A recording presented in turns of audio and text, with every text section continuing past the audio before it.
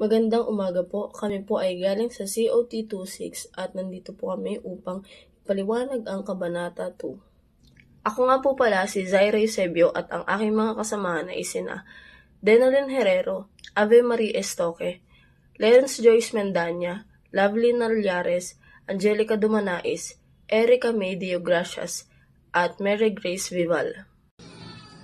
Ang ika-19 na dantaon sa konteksto ni Rizal sa mga panahon 1801 to 1900s. Ating tatalakayin ang mga panahon na ang mga Kastila ang nananakop sa bansang Pilipinas. Magandang araw sa lahat. Ating simulan ang panimula ng kahalagahan ng ika-19 na dantaon sa kasaysayan ng Pilipinas. Pangkalahatang kahalagahan, ang ika-19 na siglo ay panahon ng malalaking pagbabago sa politika, lipunan, at ekonomiya na naglatag ng pundasyon para sa makabagong Pilipinas. Kaganapan sa lipunan, maraming revolusyonaryong kilusan ang lumitaw bilang tugon sa mga suliraning panlipunan at politika. Epekto sa mamamayan. Dahil sa pagkamulat ng kamalayan, lumakas ang panawagan para sa pantay na karapatan at katarungan. Kaugnay kay Rizal. Si Jose Rizal ay naging mahalagang simbolo ng intelekwal na paglaban sa kolonyalismo at tagapagtaguyod ng nasyonalismo. Dito po ay sinilaysay kung anong buhay meron tayo sa ika-19 na siglo o dantaon sa pagitan ng taong 1801 to 1900s. Sa panahong ito, ang kinamulatan ni Dr. Jose Rizal. Alam naman natin na si Dr. Jose Rizal ay pinanganak noong June 19, 1861 sa Calamba, Laguna. Kaya't maituturing na may malaking karanasan ang ating bayani sa mga panahong ito.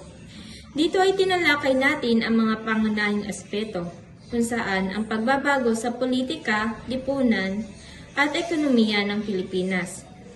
Lumitaw ang mga revolusyonaryong kilusan bilang tugon sa panlipunan at pampolitikang suliranin, na nagmulat sa mamamayan at nagpalakas ng panawagan para sa karapatan at katarungan. Si Jose Rizal bilang simbolo ng intelekwal na paglaban ay nanguna sa pagsusulong ng nasyonalismo. Sa kabuuan, ang panahong ito ay naglatag ng pundasyon para sa makabagong Pilipinas at kalayaan. Tunguhing pagkatuto. Ugnayan ng tao sa lipunan. Ang bawat tao ay bahagi ng lipunan, at ang kanilang mga aksyon ay may epekto sa iba at sa kanilang sariling pag-unlad. Ugnayan ng tao sa lipunan. Ang ideya na ang bawat tao ay parte ng lipunan ay nagpapakita ng koneksyon ng individual na mas malaking kahulugan ang mga aksyon ng isang tao. Mula sa pinakamaliit na galaw hanggang sa pinakamalaking desisyon, ay nagdadala ng epekto hindi lamang sa kanyang sarili kundi pati na rin sa mga tao sa kanyang paligid. Halimbawa, ang mga simpleng pagsisikap na magsagawa ng mga positibong aksyon tulad ng pagtulong sa kapwa o paglahok sa mga proyekto para sa komunidad ay nagbubunga ng mas malawak na pagbabago sa lipunan. Ang pag-unawa sa aspetong ito ay mahalaga upang maipakita ang responsibilidad at pagkakaroon ng malasakit sa ating mga kapwa na nag-aambag sa personal na pag-unlad at pagbuo ng mas maligaya at mas produktibong komunidad. Pagbabalik tanaw sa mga pagbabago. Ang pag-unawa sa mga pagbabagong naganap sa kasaysayan, lalo na sa panahon ni Rizal, ay mahalaga upang makita ang konteksto ng mga isyong panlipunan noon at ngayon. Pagbabalik tanaw sa mga pagbabago. Ang pag-unawa sa mga pagbabagong naganap sa kasaysayan, partikular sa panahon ni Rizal, ay nagbibigay ng isang malinaw na kahulugan sa mga isyong panlipunan na patuloy na umiiral sa kasalukuyan. Ang ideya at pakikibaka noong panahon ng mga Kastila ay may parehong isyu na dapat pagtuunan ng pansin sa modernong panahon ngayon. Ang pagbabalik tanaw sa mga mahalagang pangyayari tulad ng mga revolusyon, maakda ni Rizal, tulad ng No Limitangere at El Filibusterismo, at ang epekto nito sa kalagayan ng kasaysayan sa paghubog ng kaisipan ng mga tao sa kasalukuyan. Sa pamamagitan ng pag-unawa sa mga pagbabagong ito, nagiging mas makabuluhan ang mga laban at advokasya sa ating panahon. Rizal sa konteksto ng panahon. Mahalaga ang pangunawa sa impluwensya ni Rizal sa lipunan at kung paano naging gabay ang kanyang mga akda sa pag-intindi ng panlipunang dinamika. Rizal sa konteksto ng panahon. Sa pag-aaral sa buhay at mga akda ni Rizal, makikita ang kanyang mahalagang ambag sa lipunan. Ang kanyang mga isinulat ay nagsilbing gabay para sa nakaraang henerasyon at nagbibigay liwanag sa mga suliranin ng kanyang panahon. Ang pagkakaintindi sa kanyang mga pananaw at ideya tulad ng nasyonalismo, edukasyon at pagkapantay-pantay ay nagpapalawak ng ating kamalayan ukol sa mga panlipunang isyu na hinaharap natin ngayon. Sa kanyang pagkilos na ilahad niya ang halaga ng pagkakaroon ng tinig sa gitna ng pagsupil at kawalang katarungan. Mahalaga ito sa ating pag-unawa kung paano ang isang individual ay maaaring mag-ambag sa mas malawak na kilusan para sa pagbabago. Ang daigdig sa panahon ni Rizal. Sa mundo noong panahon ni Rizal, na tinatawag na siglo ng pagbabago. Pinapakita nito ang mahalagang ideya at kaganapan sa ika-19 na siglo. Daigdig ng pagbabago. Daigdig ng pagbabago, ang ika-19 na siglo ay panahon ng modernisasyon, edukasyon at teknolohika na pag-unlad. Kalayaan at pagkapantay-pantay. Umuunlad ang mga ideya ng kalayaan at pantay na karapatan na naging bataya sa mga persang panlipunan. Revolusyon Frances. Nagbibigay inspirasyon ito sa mga Pilipino, tinatampok ang kahalagaan ng nasyonalismo at reforma. Revolusyon sa Europa. Maraming revolusyon sa Europa ang nagpalakas sa ideya ng demokrasya at popular na pamamahala. Sa kabuuan, inilalarawan ng larawan kung paano hinuhubog ang pandaigdigan kaganapan ng mga ideya ng reforma, demokrasya at pagbabago noong panahon ni Rizal. Isang panahon ng malawak na pagbabago sa buong mundo, kabilang ng Pilipinas. Ang panahong ito ay mahalaga sa kasaysayan dahil mabilis ang pag-usbong ng mga modernisasyon, demokrasya at revolusyon na nagbibigay espiritu sa mga maraming reformista at mga kababayang leader kabilang na si Jose Rizal. Sa madaling salita, ang ika-19 na siglo ay isang mahalagang yugto ng pagbabago sa buong mundo. Ang mga ideyang modernisasyon, demokrasya at nasyonalismo ay nagbibigay daan sa buong mundo ng mga kilusan, panlipunan at naging inspirasyon din ng mga Pilipino, kabilang na si Rizal, sa kanilang laban para sa reforma at kasarinlan laban sa mga dayuhang mananakop. Ang Pilipinas sa panahon ni Rizal. Malupit na pamamalakad. Ang mga Pilipino ay nakaranas ng pang-aabuso at pagsupil sa kanilang pagkakakilanlan. Tumutukoy ito sa malupit at mapang-abuso ng pamamahala ng mga kolonyalistang Espanyol sa Pilipinas noong panahon ni Rizal. Ang mga Pilipino ay nakaranas sa pang-aabuso at pagsupil sa kanilang kalayaan at karapatan. Dahil na rin sa kaguluhan sa administrasyon, nagkaroon ng pag-asa ang mga reforma o pagbabago. Korupsyon at diskriminasyon. Ang katiwalaan ng mga opisyal at diskriminasyon ay sa hindi pantay na tata ay nagdulot ng galit at pag-aalsa. Noong panahon ni Rizal, ang korupsyon at diskriminasyon sa Pilipinas ay nagdulot ng matinding galit at pag-aalsa dahil sa kawalan ng hustisya at pag-aabuso ng kapangyarihan. pagkawalan ng mga karapatan. Uting-uting nawala ang mga karapatan ng mga Pilipino na humantong sa mga insurhensya at ideyang revolusyonaryo ni Rizal. Sa panahon ni Rizal, uting-uting nawala ang mga karapatan pantao ng mga Pilipino dahil sa patuloy na pag-aapi ng mga Espanyol. Ito ang nagtulak sa mga insurhensya at sa paglakas ng ideyang revolusyonaryo na nagudyok sa pagnanais ng kalayaan at pagbabago. Pinagmulan ng kahinaan at pang-abuso ng pamahalaan. Pagsakop ng mga Kastila. Hindi lamang ito isang militar na pananakop kundi isang sistematikong pang-aabuso sa tahimik na pamumuhay ng mga tao. Ekspedisyon ni Magellan. Ang pagdating ni Magellan at ang kanyang ekspedisyon ay nagbukas ng pinto sa higit pang kolonisasyon at siglot sa lokal ng pamunuan. Pagkakaibigan at labanan. Ang relasyon ng mga Kastila at lokal na leader ay komplikado. May kasunduan, ngunit may mga labanan din na humantong sa mas malalim na pang-aabuso. Pangalan ng bansa. Ang pagkilala sa Pilipinas bilang isang kolonya ng mga banyaga ay nagbigay din sa mga estratehiya ng pang-aangkin. Ito ang paliwanag sa kahinaan at pang-abuso ng pamahalaan. Sa kabuuan, ipinapakita kung paano nagdulot ng pang-abuso at kontrol ang pananakop ng mga Kastila sa bansa. Ang pananakop ng mga Kastila. Pagsisimula ng pananakop, ang pagdating ng mga Kastila sa Pilipinas ay nagdala ng bagong sistemang pampolitika na puno ng panunupil at pang-aabuso. Pagtatag ng pamahalaang Kastila. Bagaman ipinangakong magiging maginhawa ang pamahalaan ay pinangunahan ng autoritarianismo at katiwalian. Kahalagahan ng Maynila. Naging mabilis ang pag-unlad ng Maynila bilang sentro ng kalakalan at pampolitika.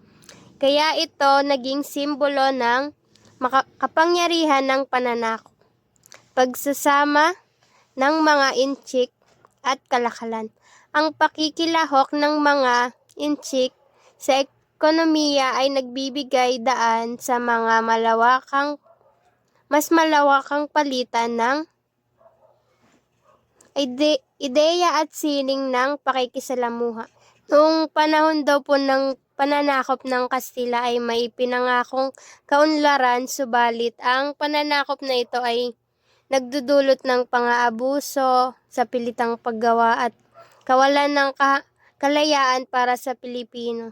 Sa madaling salita po, ang pananakop ng Espanya ay nagdudulot ng malalim na pagbabago sa kultura, relihiyon, ekonomiya at pamamahala sa Pilipinas. At may mga pagbabagong epekto pa rin po hanggang ngayon. Pamahalaan ng Kastilang kolonyalismo. Paghahalo ng simbahan at estado. Ang simbahan ay hindi lamang espiritual na institusyon, kundi isang makapangyarihang puwersa sa pagpapatatag ng kolonyalismo. Pagsasapribado ng mga lupain. Ang simbahan ay naging tagapagmahala ng mga lupain at ibinenta ito sa mga dayuhan. Prinsipalya at oligarkiya. Ang prinsipalya ang nagtatag ng istrukturang panlipunan na nagpapatibay sa oligarkiya, na nagdulot ng kawalan ng kapangyarihan sa nakararami. Kita ng kolonya at kalakalan.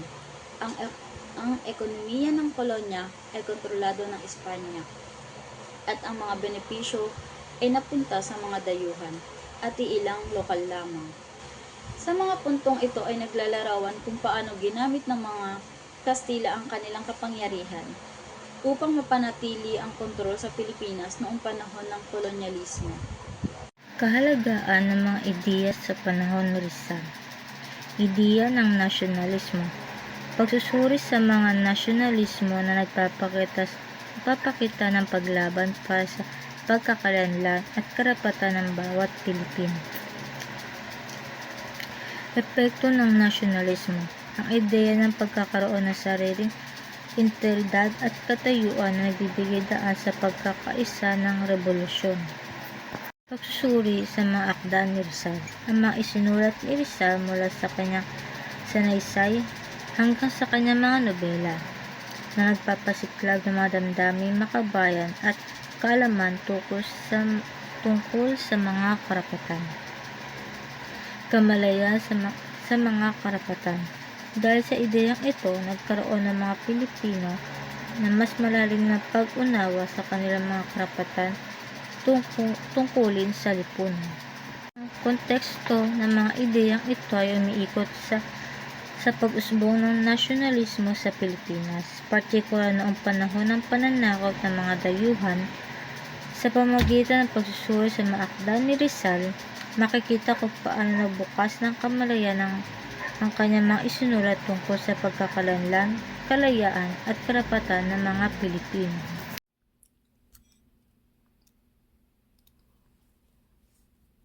Mga kaganapan sa ibang bansa. Rebolusyong Amerika ay isang mahalagang pangyayari na nagbibigay daan sa pag-usbong ng ideya ng kalayaan sa kanluraning mundo. Nagbibigay ito ng inspirasyon sa mga Pilipino na lumaban at makamit ang kalayaan. Kahalagahan ng mga ideya ng kalayaan. Ang mga ideyang ito ay naging susi sa pagbubuo ng natatanging mga komunidad sa mga kolonya. Pagkakaroon ng malayang pag-iisip ay nagbibigay daan sa mga Pilipino upang magkaroon ng demokrasya at makibahagi sa pagpapataw ng mga batas at polisiya. Epekto sa Pilipinas. Sa Pilipinas, ang diwa ng nasyonalismo mula sa rebolusyong ito ay nagbibigay inspirasyon sa mga Pilipino na ipaglaban ang kanilang kalayaan. Ito ay nagbibigay daan sa mga Pilipino ng pagkakakilala sa sariling kultura at kasaysayan. Inspirasyon mula sa iba't ibang bansa. Ang pagkaaral ng mga pagkakaiba ng ideya sa ibang bansa ay nagpapalakas sa himagsikan sa Pilipinas at nagbibigay inspirasyon sa mga makabayan. Ang Rebolusyong Amerikano ay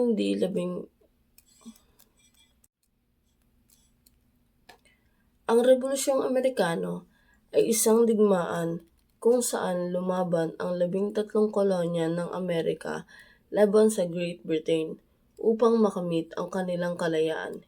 Ito ay resulta ng pagkakatatag ng Estados Unidos ng mga ideya ng kalayaan, demokrasya at nasyonalismo sa iba't ibang bahagi ng mundo. Pagsusuri sa mga akda ni Rizal, No Limit Tangere at El Filibusterismo. Ang dalawang nobela ni Rizal ay naging simbolo ng kilusang nasyonalista na may mensahe ng pagbabago at paglaban sa pang-aapi.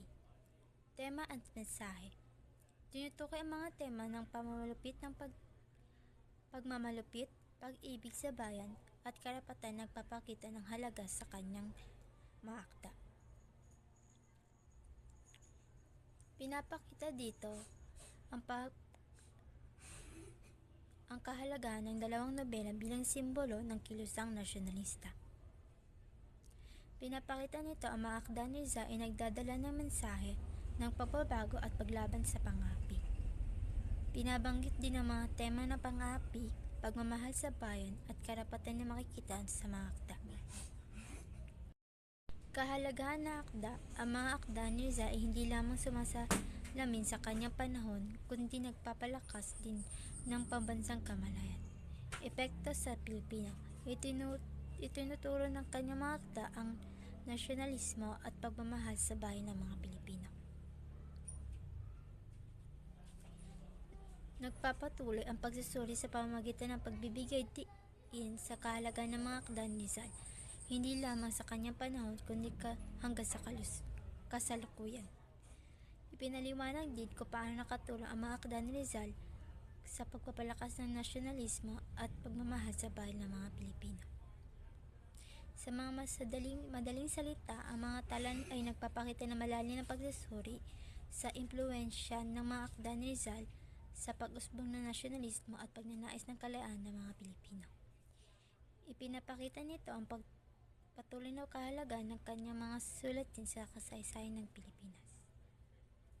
Mga aral mula sa 19 na taon. Kalaghanang kasaysayan. Mahalaga ang kasaysayan dahil nagbibigay ito ng pundasyon sa pag-unlad ng modernong lipunan. Pag-unawa sa pagbabago. Ang pagsusuri sa mga pagbabagong naganap ay tumutulong upang maunawaan ang kasalukuyang kalagayan ng mga Pilipino. Pagsusuri ng mga aral mula kay Rizal.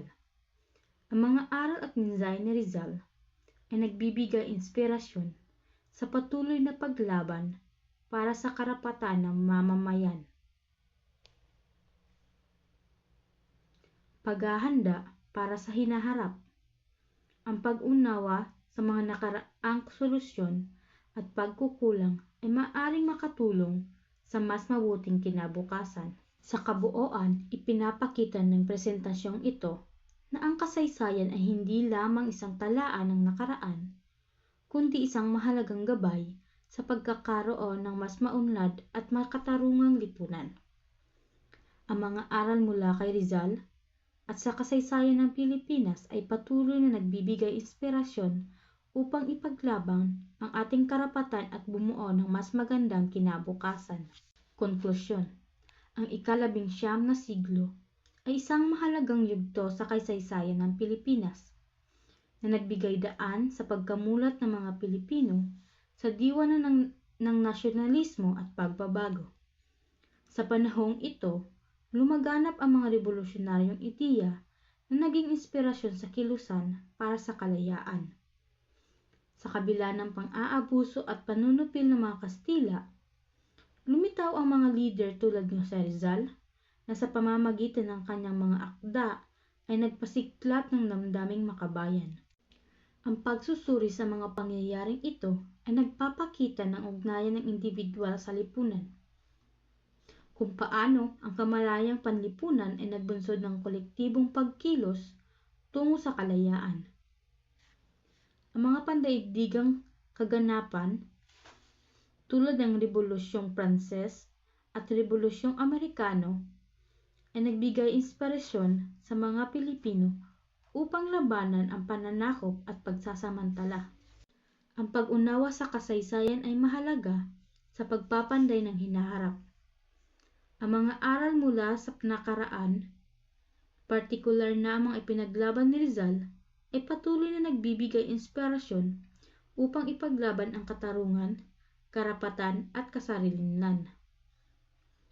Sa pag-aaral ng kasaysayan, hindi lamang natin nauunawaan ang ating pinagmulan, kundi nagkakaroon din tayo ng gabay sa patuloy na pagtataguyod ng isang malaya at makatarungang lipunan.